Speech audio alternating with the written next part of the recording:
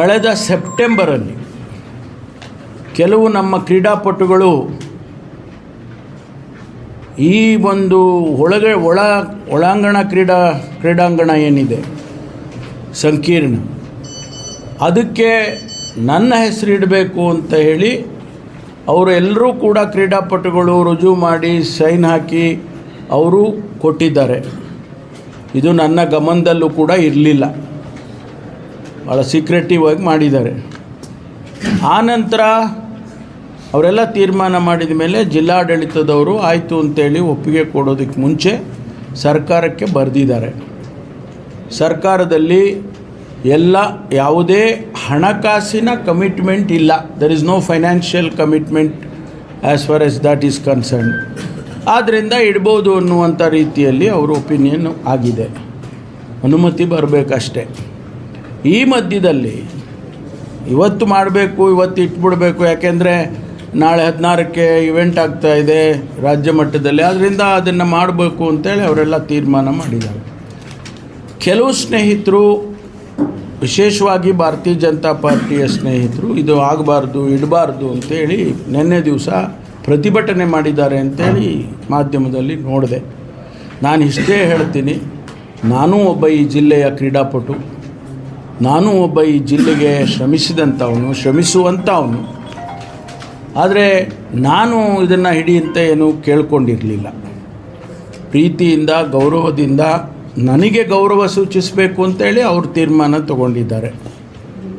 ಹಾಗಾಗಿ ಇವತ್ತು ಅವರು ಆ ಕಾರ್ಯಕ್ರಮವನ್ನು ಮಾಡಬೇಕು ಅಂಥೇಳಿ ಮಾಡುವಾಗ ನಾನು ಇದರ ಬಗ್ಗೆ ಟೀಕೆ ಟಿಪ್ಪಣಿಗಳನ್ನು ಮಾಡೋದಕ್ಕೆ ಹೋಗೋದಿಲ್ಲ. ಇಷ್ಟೇ ಹೇಳ್ತೇನೆ, ಬೇರೆ ಬೇರೆ ರಾಜ್ಯದಲ್ಲಿ ಬೇರೆ ಬೇರೆ ರೀತಿಯಲ್ಲಿ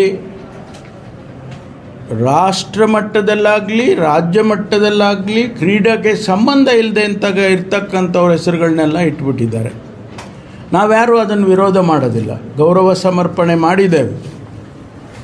ಹಾಗಾಗಿ ತಾವು ಕೂಡ ಅರ್ಥ ಮಾಡಿಕೊಳ್ಬೇಕು, ಪರಮೇಶ್ವರ ಹೆಸರಿಟ್ಟ ಕ್ಷಣಕ್ಕೇನು ದೊಡ್ಡ ಬದಲಾವಣೆ ಆಗಿಬಿಡುತ್ತೆ ಅಂತಿಲ್ಲ. ಒಂದು ಸ್ಫೂರ್ತಿ, ಹೌದಪ್ಪ ಒಬ್ಬ ಕ್ರೀಡಾಪಟುಗೆ ಕೊಡುವಂಥ ಗೌರವ ಅಂತ ಹೇಳಿ ಅವರು ಮಾಡಿದ್ದಾರೆ ಅಂತ ಅಷ್ಟೇ ಭಾವಿಸ್ಕೊಳ್ತೇನೆ ನಾನು, ಬೇರೆ ಏನೂ ಮಾತಾಡೋಕ್ಕೆ ಹೋಗೋದಿಲ್ಲ. ಆದ್ದರಿಂದ ಇವತ್ತು ಉದ್ಘಾಟನೆ ಮಾಡಿದ್ದೇವೆ. ಅದು ನನಗೆ ಕೊಟ್ಟಿರ್ತಕ್ಕಂಥ ಪ್ರೀತಿ ಅಂತ ಹೇಳಿ ನಾನು ಅಷ್ಟೇ ಭಾವಿಸ್ಕೊಳ್ತೇನೆ. ರಾಜಕೀಯವಾಗಿ ಇದನ್ನು ನೋಡೋದಾದರೆ ನಾವು ಸಾಮಾನ್ಯವಾಗಿ, ನಾನು ಒಬ್ಬ ಕ್ರೀಡಾಪಟುವಾಗಿ, ಗೋವಿಂದರಾಜು ಅವರು ಒಬ್ಬ ಕ್ರೀಡಾಪಟುವಾಗಿ ಹೇಳೋದು, ರಾಜಕಾರಣ ಕ್ರೀಡೆಯಲ್ಲಿ ಮಾಡೋದಿಲ್ಲ, ಕ್ರೀಡೆಯಲ್ಲಿ ರಾಜಕಾರಣ ಇರಬಾರ್ದು. ಹಾಗಾಗಿ ನೀವು ಕೂಡ ಇದನ್ನು ರಾಜಕೀಯ ದೃಷ್ಟಿಕೋನದಿಂದ ನೋಡೋದು ಬೇಡ ಅಂತ ಅಷ್ಟೇ ಅವರಿಗೆ ವಿನಂತಿ ಮಾಡಿಕೊಡ್ತೇನೆ.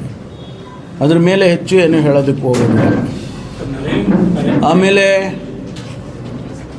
ಮಹಾತ್ಮ ಗಾಂಧೀಜಿ ಹೆಸರನ್ನು ಬದಲಾಯಿಸ್ತಾರೆ ಅಂಥೇಳಿ ಮೀಡಿಯಾದಲ್ಲಿ ಬಂದಿದೆ. ಅದು ಅಪಪ್ರಚಾರ. ಅದು ಮಹಾತ್ಮ ಗಾಂಧೀಜಿಯವರ ಹೆಸರನ್ನು ನೀವು ಬದಲಾಯಿಸ್ತೀರಿ ಅಂತೇಳಿ ನಾವು ಹೋರಾಟ ಮಾಡ್ತಾಯಿದ್ದೀವಿ. ಹಾಗಾಗಿ ನಾವೇ ಬದಲಾಯಿಸ್ತೀವಿ ಅಂತ ಎಲ್ಲರ ಸಾಧ್ಯ ಉಂಟಾ?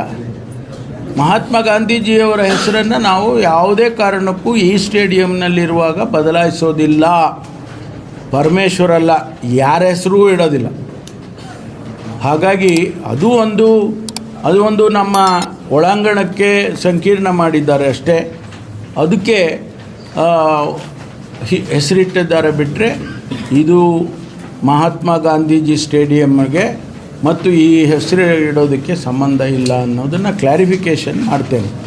ಯಾಕೆಂದರೆ ರಾಜ್ಯದಲ್ಲೆಲ್ಲ ಸುದ್ದಿ ಹಬ್ಬಿಸ್ಬಿಟ್ಟಿದ್ದಾರೆ. MG ಸ್ಟೇಡಿಯಂ ಬದಲಾಯಿಸ್ತಾರಂತೆ, MG ಸ್ಟೇಡಿಯಂಗೆ ಮಹಾತ್ಮ ಗಾಂಧಿನ ಬದಲಾಯಿಸಿ ಇಟ್ಕೊಳ್ತಾರೆ ಅಂತ. ಅದು ಸುಳ್ಳು, ಸತ್ಯಕ್ಕೆ ದೂರವಾಗಿರುವಂಥ ಮಾತು.